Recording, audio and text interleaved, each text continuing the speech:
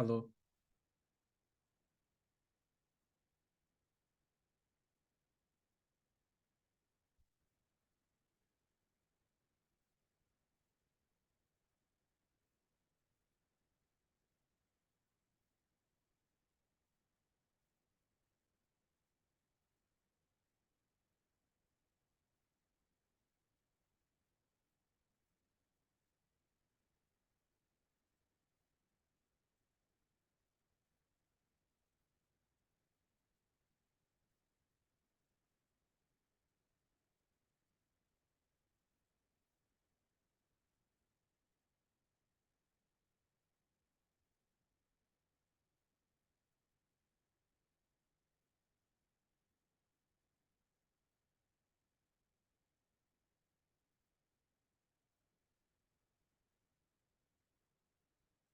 Tudo bem, Augusto? Tá me ouvindo?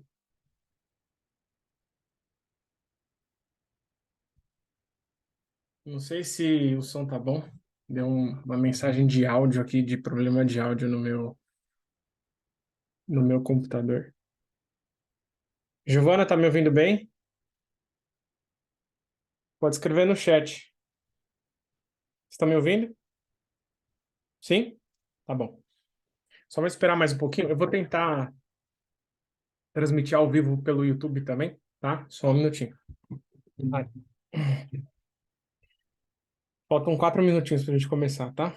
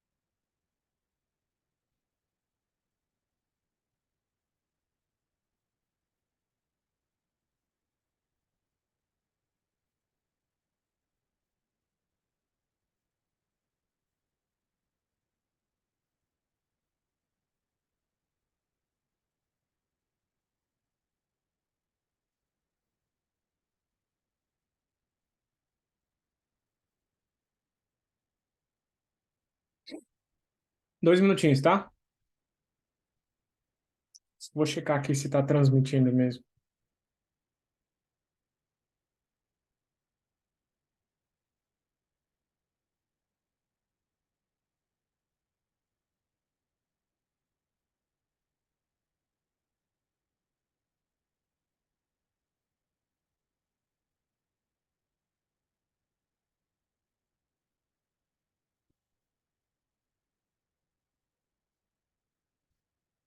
Peraí.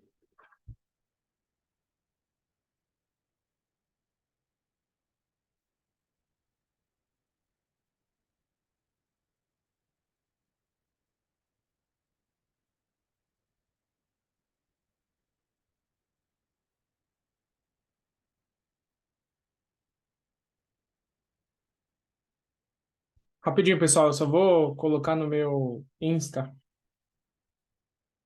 compartilhar.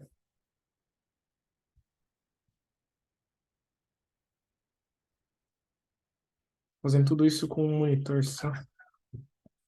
Falta um minutinho ainda, tá?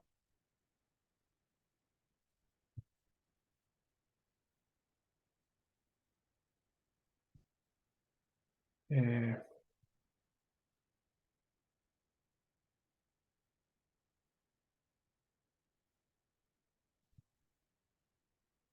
Pessoal, a gente vai começar a resolver a prova do UniCeub 2023-1, tá bom? Estamos via Zoom e no canal do YouTube.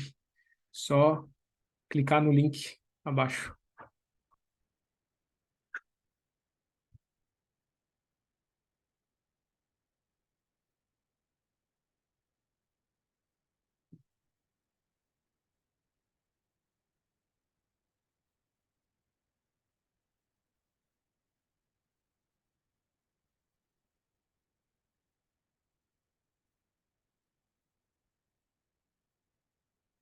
Rapidinho, gente.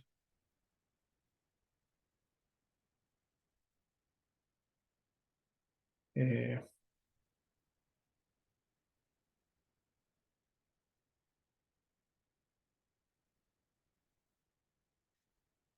Pronto, vamos lá. Ah, Vocês estão me ouvindo bem? Todos? Pode colocar no chat, tá?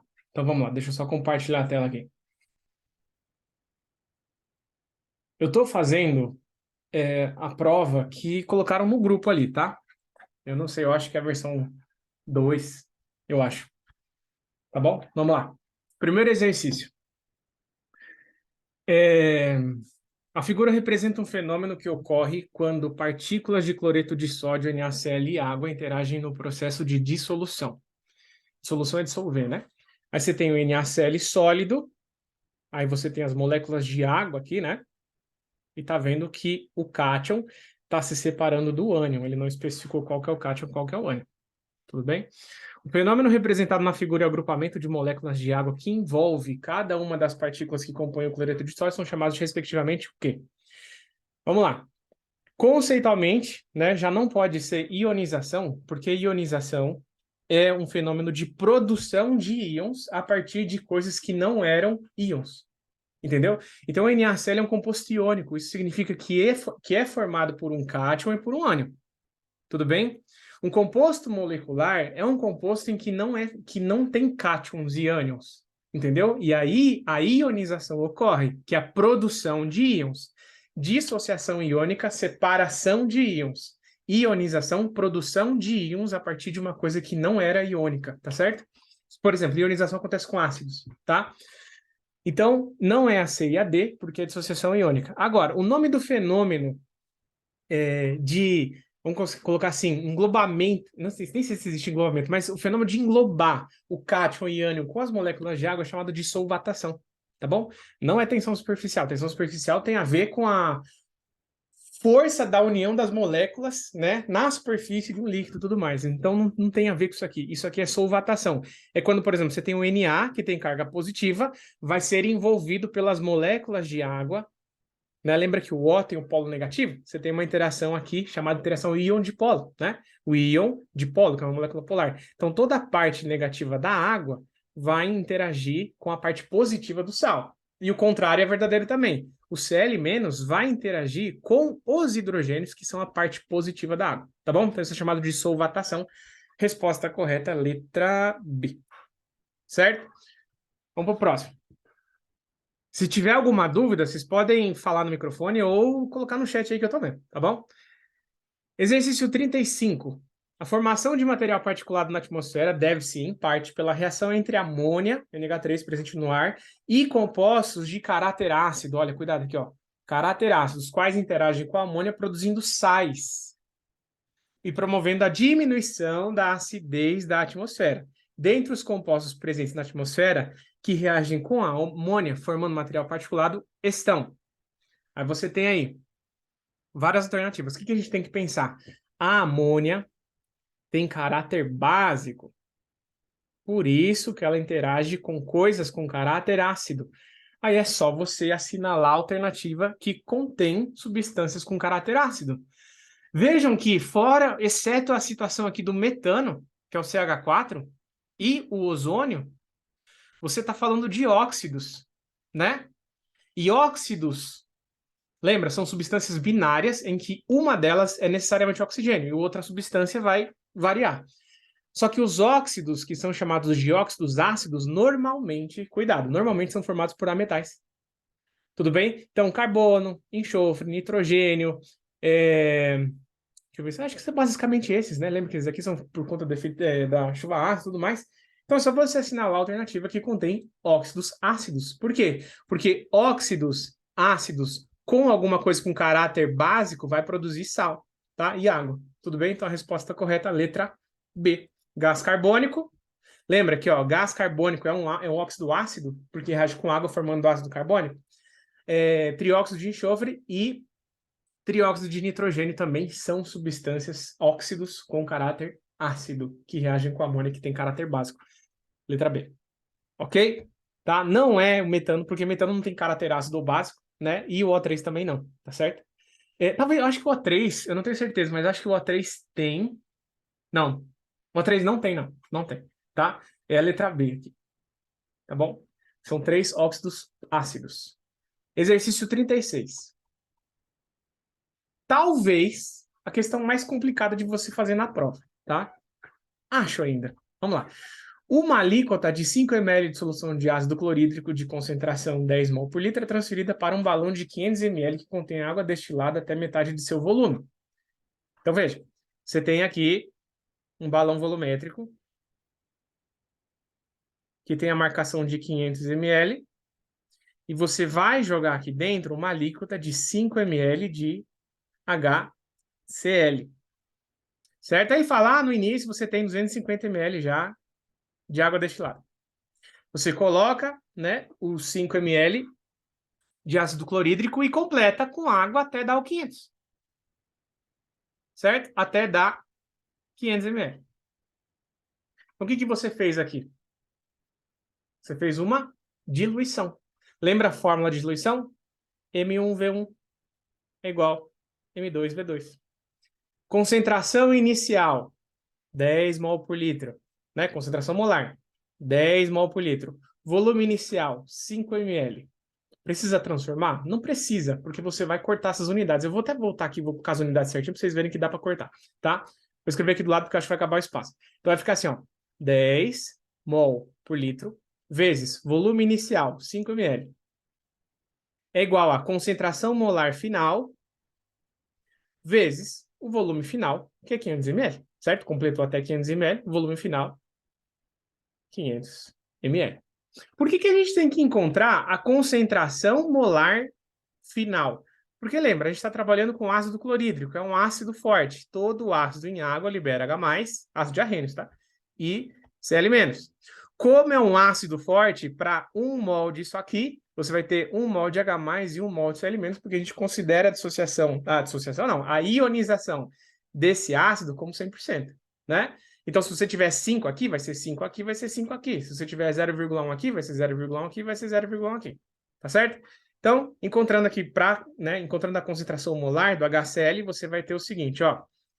Concentração molar final vai ser igual a 10 mol por litro vezes 5 ml dividido por 500 ml.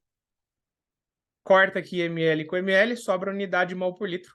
Isso aqui vai ser 50 dividido por 500, que é a mesma coisa que 0,1 mol por litro. Ou seja, a concentração de H+, a concentração molar de H+, é 0,1. Como é um ácido forte, o alfa a gente considera como 100%, né? O grau de ionização 100%. Então, você vai ter 0,1 mol por litro de H+. Então, a concentração de H+ é igual a 0,1 mol por litro, que é a mesma coisa que 1 vezes 10 a menos 1 mol por litro. E se você esteve na nossa live de sexta, lembra que eu falei? Esse número bonito aqui, ó, você tira o pH direto com o valor positivo. pH vai ser igual a 1. Tá bom? Letra D. Certo? Se ficou alguma dúvida, levanta a mão ou... Tô sem mouse aqui. Ou escreve no chat que eu tô dando uma olhada aqui. Tá certo? Tá tampando um pouquinho aqui, mas vai dar tudo certo. Próxima questão. 37. Essa aqui, se desse para dar recurso no vestibular da Uniceu, eu daria. Sabe por quê? Olha só. Como é que tu vai cortar água líquida e água gasosa sendo que elas não têm a mesma variação, não têm o mesmo valor de entalpia? Não dá. Tá bom? Na teoria, isso não funciona. Não daria. Você teria que entrar com recurso, mas não dá para entrar com recurso, enfim, né? Tá? Mas isso está errado. Você não pode fazer um corte com substâncias iguais, sendo que os estados físicos são diferentes. Certo? Porque lembra, uma substância no estado gasoso vai ter mais energia do que a mesma substância no estado líquido. Então você não pode fazer o corte, tá certo? Mas a ideia aqui, tá? Vamos supor que fosse tudo líquido, tá bom? Vamos supor que isso aqui não existisse, isso aqui fosse líquido. Aí dá para resolver normal, tá? Por isso que eu falei no grupo que o problema não era o cálculo, era conceito, tá certo?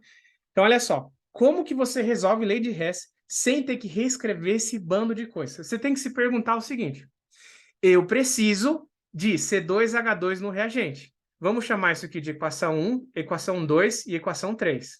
Eu preciso de C2H2 no reagente. A equação que me dá C2H2 é a equação 1. Está na quantidade que eu quero, porque todas as equações já estão balanceadas. Não se esqueça de balancear, caso não estivesse, tá? Eu preciso de 1 mol de C2H2 e a equação que me dá C2H2 já é essa primeira, e ele já está na quantidade que eu quero e já está no reagente. Então, não preciso fazer nada com a equação 1. É só, vamos colocar assim, ó, manter. Tá bom? Agora, O2. Eu preciso de uma equação que me dê O2. Só que daí tu olha assim, ó, A2, né? A equação 2 me dá O2, mas a equação 3 também me dá O2. Então, eu não quero que apareça duas, né, em duas equações diferentes. Vamos pular para o próximo, porque às vezes tem alguma coisa mais fácil para resolver.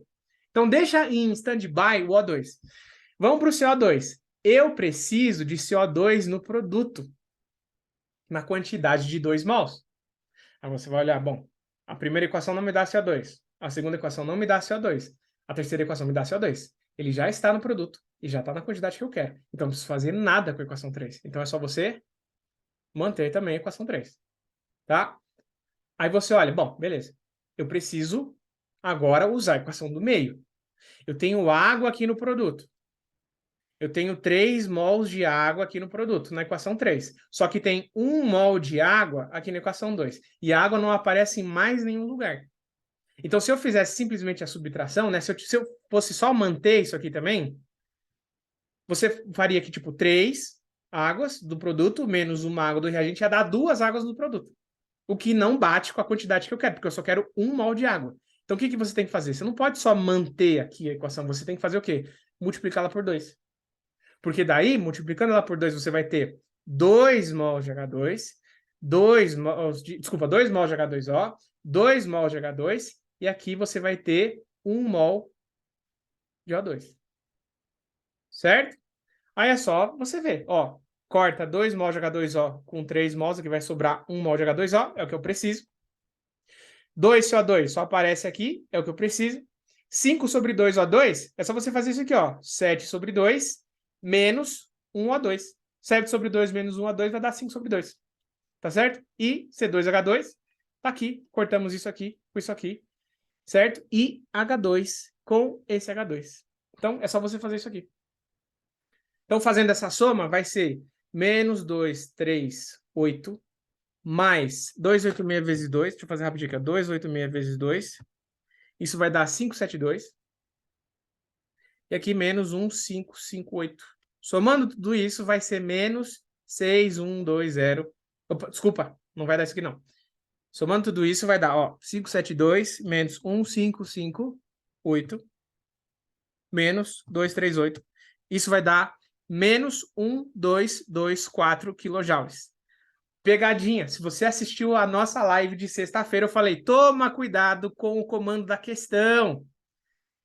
Ele quer a energia liberada, lembra que isso aqui, sinal negativo, já implica no liberado, né? Por isso que não tem valor negativo aqui na resposta. Ele quer a energia liberada para a combustão de 5 mols de acetileno. E você calculou a combustão para 1 mol. Então, se 1 mol de C2H2 libera 1.224 quilojoules, 5 mols, X vai ser igual, aí sim, 6,120 negativo, quilojoules. Então, libera, lembra que o libera implica sinal negativo, letra A. Tá certo? Cuidado, a gente cuidado não, né? A gente considerou que essa água aqui era líquida também. Porque como não é pela questão, tecnicamente não dá para resolver. Certo? Então, se desse para entrar com recurso, você poderia entrar com recurso nessa questão por erro teórico. Tá bom? Próxima. Se vocês tiverem dúvidas, fala. Eu sei que tem um pouco de delay, mas a gente volta. Questão 38, equilíbrio químico, deslocamento de equilíbrio. O processo de Haber-Bosch de produção da amônia, desenvolvido no início do século XX, ainda é o mais utilizado para a síntese dessa substância.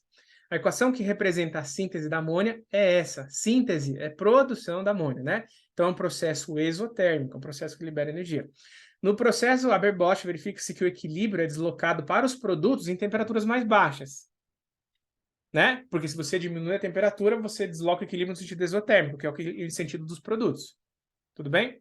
Mas, industrialmente, o processo é realizado em temperaturas mais elevadas, pois nessa condição aumenta-se...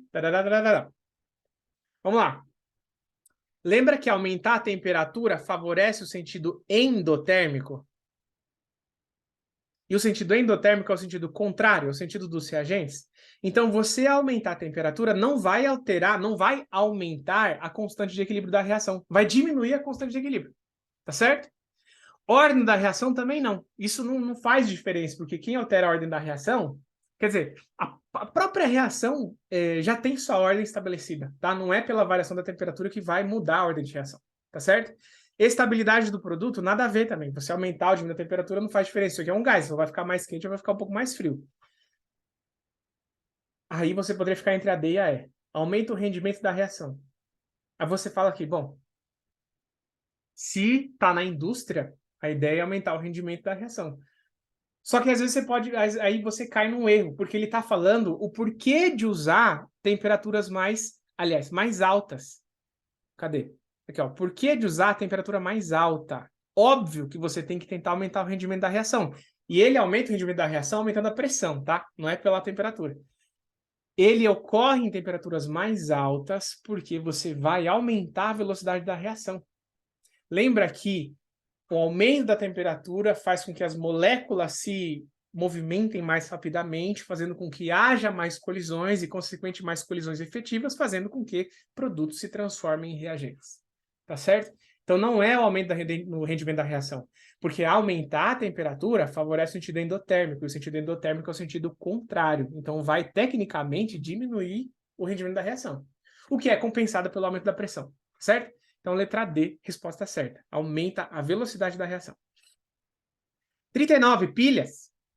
Em um laboratório é possível determinar a concentração de íons do elemento ferro por um processo conhecido como volumetria de oxirredução, utilizando-se uma solução de íons do metal sério como titulante. Considere os potenciais de redução a seguir. Você tem dois potenciais de redução, do sério e do ferro. Com base nos dados fornecidos, uma reação espontânea ocorre entre quais íons? O que você tem que lembrar? Uma reação espontânea significa que é pilha, né? O processo de pilha. E uma pilha sempre tem o ΔH, ou ΔH não, o delta E positivo. É sempre positivo. É sempre maior do que zero para um processo espontâneo. Vou colocar assim, ó, ΔE sempre maior do que zero num processo espontâneo. Então você tem que encontrar o sentido da reação que dá um processo espontâneo. E o que é um processo espontâneo?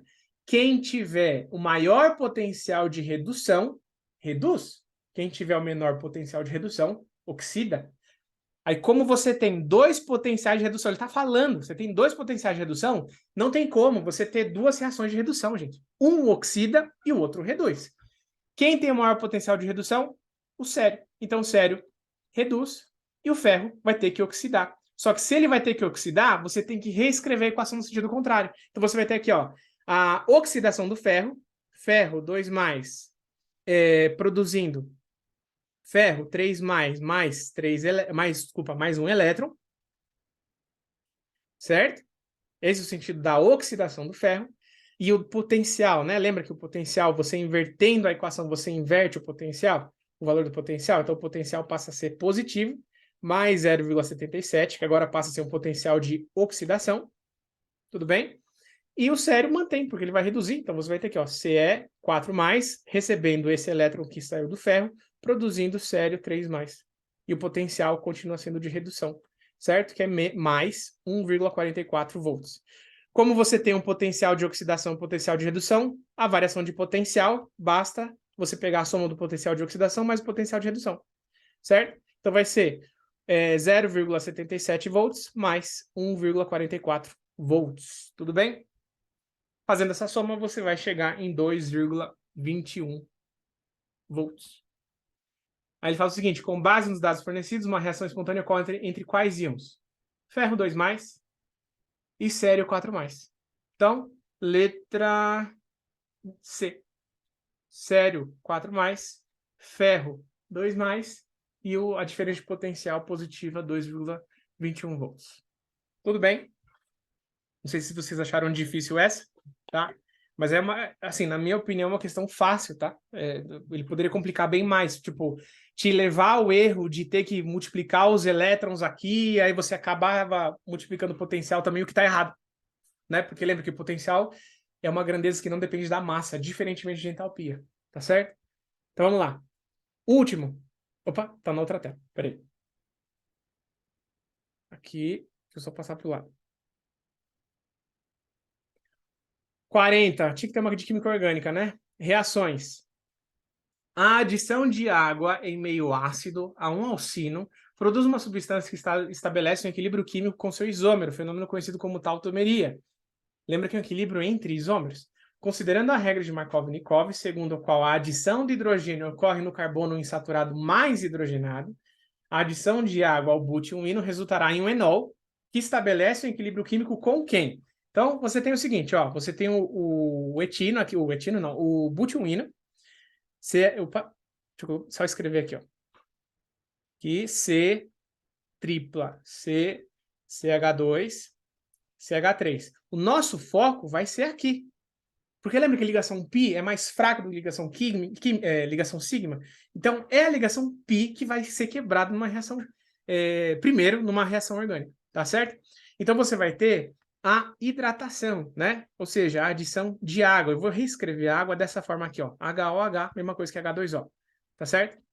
H2O. Veja, a regra de Markov-Nikov fala o seguinte: o hidrogênio entra no carbono mais hidrogenado.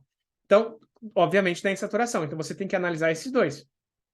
Esse carbono da esquerda tem um hidrogênio, esse carbono da direita tem 0 hidrogênios. Então, o hidrogênio entra no carbono mais hidrogenado, ou seja, o OH vai entrar no outro carbono. Lembra que o que ocorre? Ocorre a quebra de uma ligação π, e você vai ter o seguinte produto. Deixa eu colocar a setinha certa aqui, ó. Você vai ter o seguinte produto. Você vai ter, ó, HC, o Hzinho que entrou da água, a dupla, C, o OH que veio da água, enol se formando aqui, né?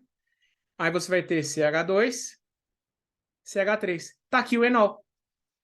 Tudo bem? Mas lembra que o enol, ele forma um equilíbrio entre entre o enol e um composto, né? Que é isômero do enol.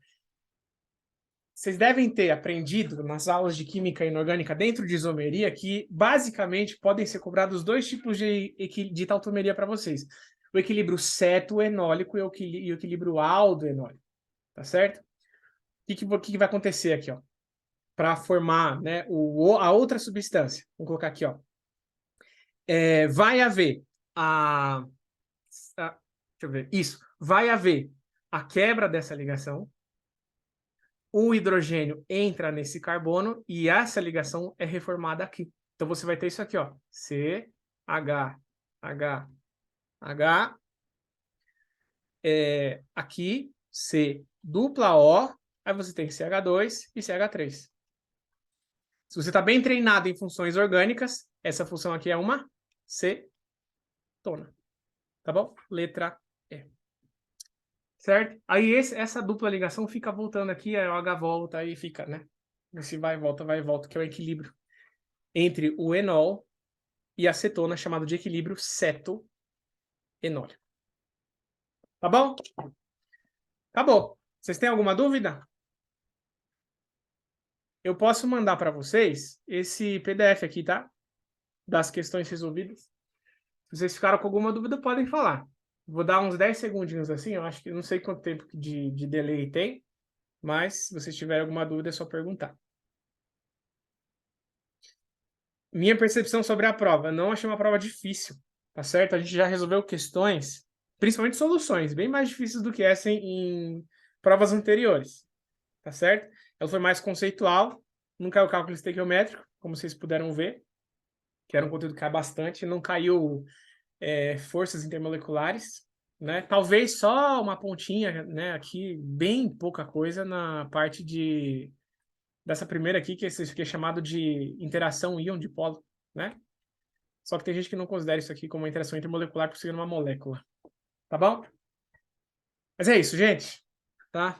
Se vocês tiverem alguma dúvida, pode mandar lá no grupo. Ó, meu jabazinho, tá bom? Se vocês puderem me seguir no Insta, meu Insta é Diogo Wordel, tá? Tudo junto, tudo minúsculo. Eu produzo conteúdo por lá. Meu canal no YouTube é só escrever Diogo Wordel também, tá? E meu TikTok é a mesma coisa aqui, Diogo Wordel, tá certo? Se vocês puderem dar uma força lá, a gente ajuda vocês. Eu abro caixa de pergunta, faço reels, etc. Falo sobre química e outras coisas. Beleza, gente? Espero que vocês tenham gostado. A gente vai se falando aí. Valeu!